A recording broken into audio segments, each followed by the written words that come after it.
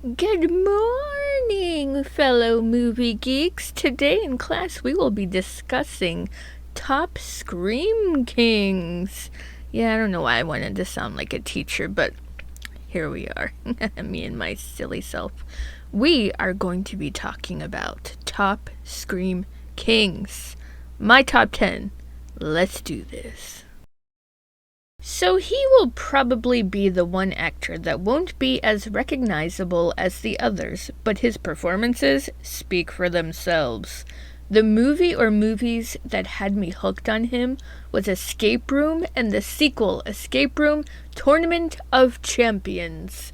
His character Ben just shines, and it makes me have such a love for both of those movies. His filmography definitely screams Scream King. So I have homework to do, because I need to see more of his movies.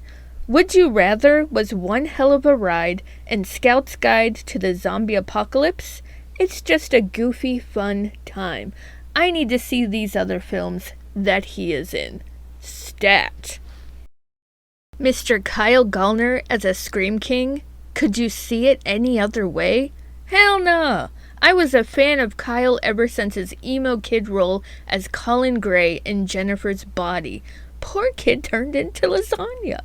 And his performance in Haunting in Connecticut, that movie told me that he was going somewhere as an actor. His performance was just eerily amazing. Strange Darling blew me away. I did not expect that film to be so mwah, chef's kiss. Masterpiece in my opinion. His filmography has cemented his name into the Scream King Hall of Fame. Bravo, good sir. This actor does not get enough recognition in my opinion, but I have a feeling that people will perk their heads and notice him in the upcoming Scream 7. The reason I added him on this list is mostly because of his performance in Wes Craven's They. He stands out in that movie and gives such a creepily fantastic performance. They does not get enough recognition first and foremost in my opinion, but it is just so dark, so eerie, so human. I enjoy it on a rainy day or any day. Devil's Candy, he gives a standout performance as well, which takes him by the hand and guides him right on this Scream Kings list. 1408 Alone. Standing ovation, please. His performance was just out of this world. He was in isolation the majority of this film, but he carried it himself. Not every actor can do that, and you relate so heavily with his character. I think he should actually do a lot more horror. He knows how to create tension and keep it there, making you squirm throughout a whole entire film. We need more of him. John Cusack, please do more horror. He portrays as Edgar Allan Poe in The Raven. Of course he aced it, creating that Poe-like atmosphere. Identity is an edge-of-your-seat mystery, but I give it to him because he, of course, brings that tension like a Scream King should. I'm giving it to him. Shut up and take my money. Is it a surprise to have David Arquette on this list?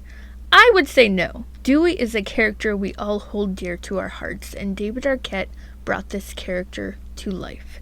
He upheld this character for 5 installments in the Scream franchise, getting the worst death, doing his character so dirty. And then we have Happy Face Killer. His performance in this makes me wonder what it would have been like to see him as a ghost face. And yowza! I would not be mad because he does villain so well. Eight-Legged Freaks, our typical David performance. He knows how to do wild card characters so well. That's home for him, and so is this Scream King list.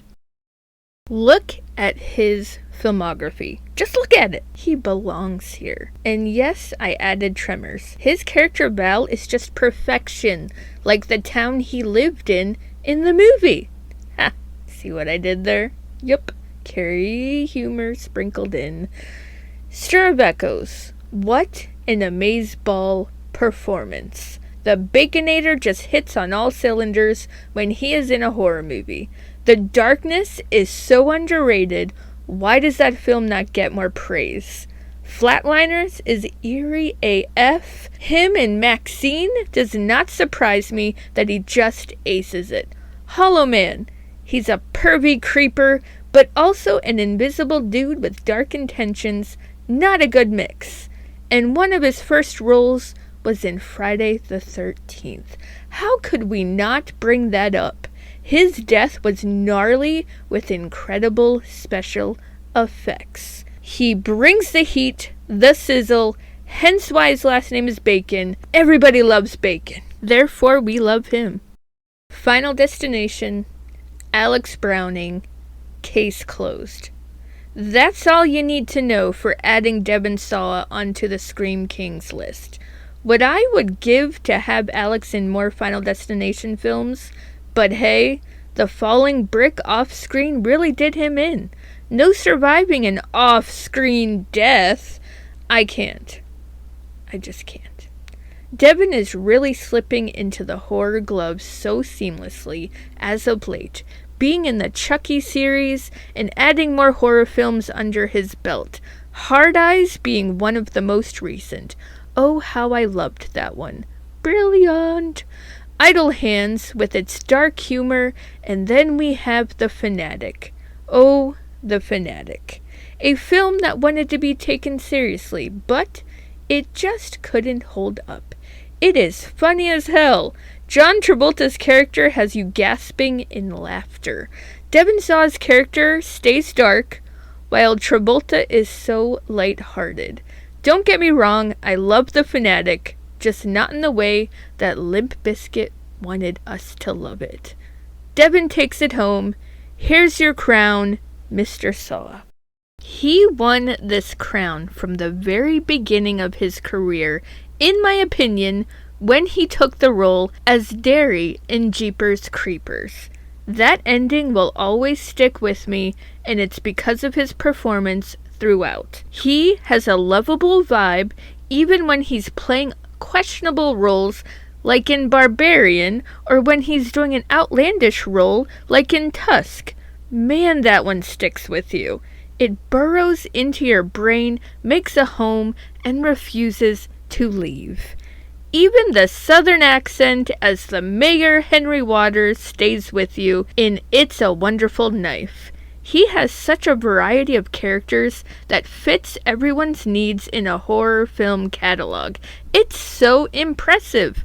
How could you not love Justin Long? He gives you a little bit of everything. Bring on the Justin Long buffet. All you can enjoy. We need more Lillard in horror.